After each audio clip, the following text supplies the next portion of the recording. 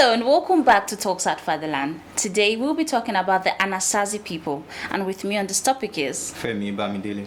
We're very happy to have you here. Thanks for and I remain your host Fiona Nana. Without further ado, let's delve into today's question.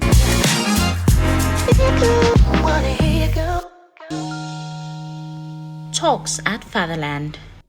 The Anasazi, an ancient Native American culture in the southwestern U.S., known as the Ancient Ones in Navajo, left a lasting mystery. They thrived with impressive cliff dwellings in the Four Corners region, showcasing architectural prowess and adaptability. Flourishing from AD 1 to the 13th century, their story boosted complex structures, trade networks, and artistic achievements. Yet, around the 13th century, they mysteriously abandoned their dwellings, with theories ranging from environmental shifts to social upheaval. Archaeologists speculate the climate change and resource depletion played crucial roles. The Anasazi's descendants, the Pueblo people, carry on their traditions. This enigmatic disappearance underscores the intricate balance between humanity and its environment, leaving an enduring historical mystery. Talks at Fatherland. So, what is the prevailing theory regarding the disappearance of the Anasazi people?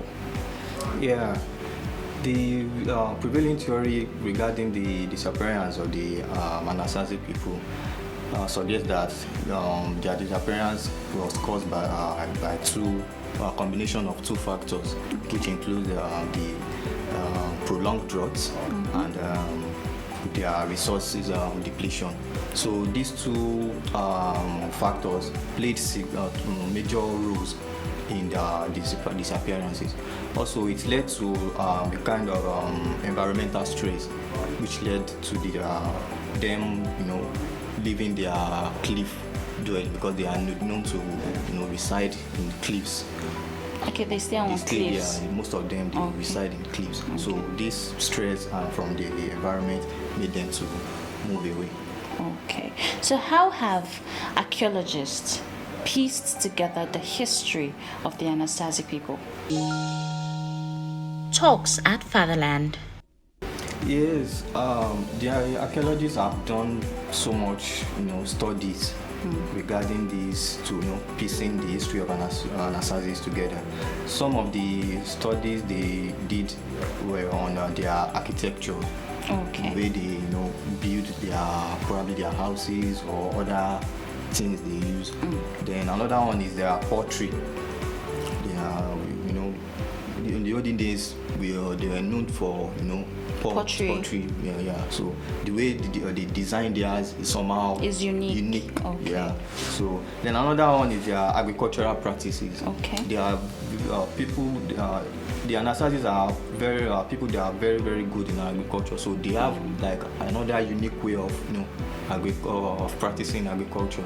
So these practices have been these studies have been pieced together to trace them back the Anasazis. Okay, so what distinguishes the Anasazi pottery from that of other Native American cultures? Talks at Fatherland.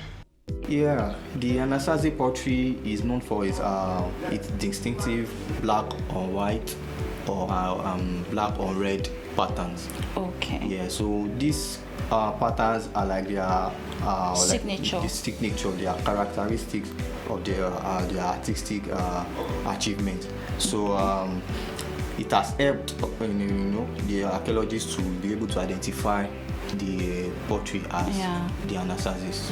Okay, so I want to know, how did the Anasazi adapt to their desert environment in terms of agriculture?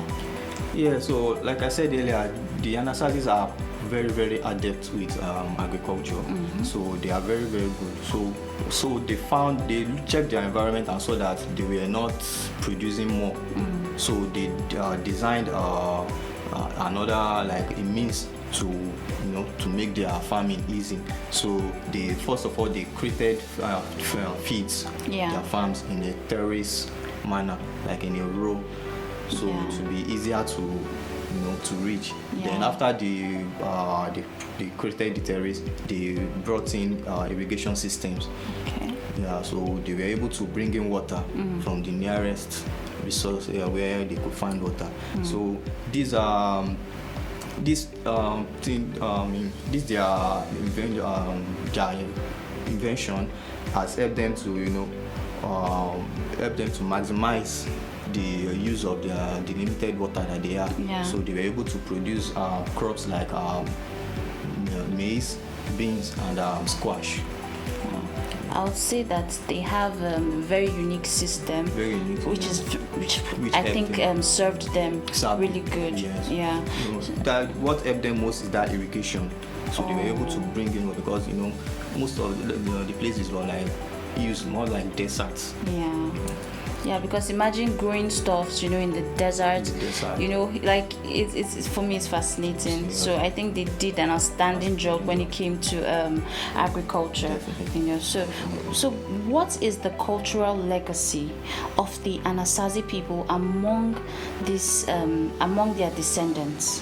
The cultural legacy of the Anasazi people continues, to live on among their descendants, especially the Pueblo people. The Pueblo people are like their nearest descendants that can be traced back to the Anasazi. So the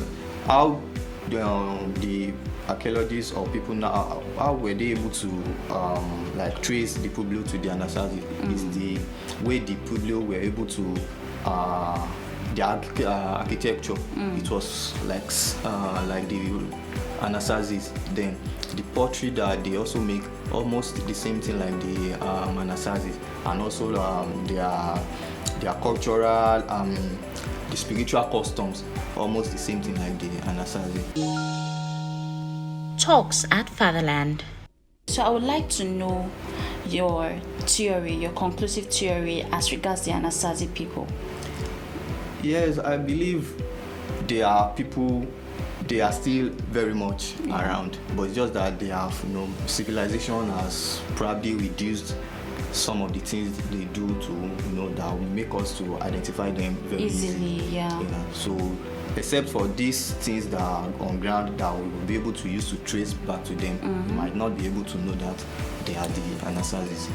It's been a very interesting one with you, and we want to say thank you for coming here today.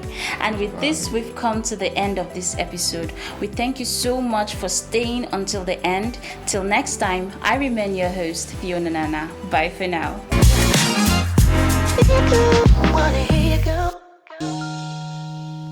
Talks at Fatherland.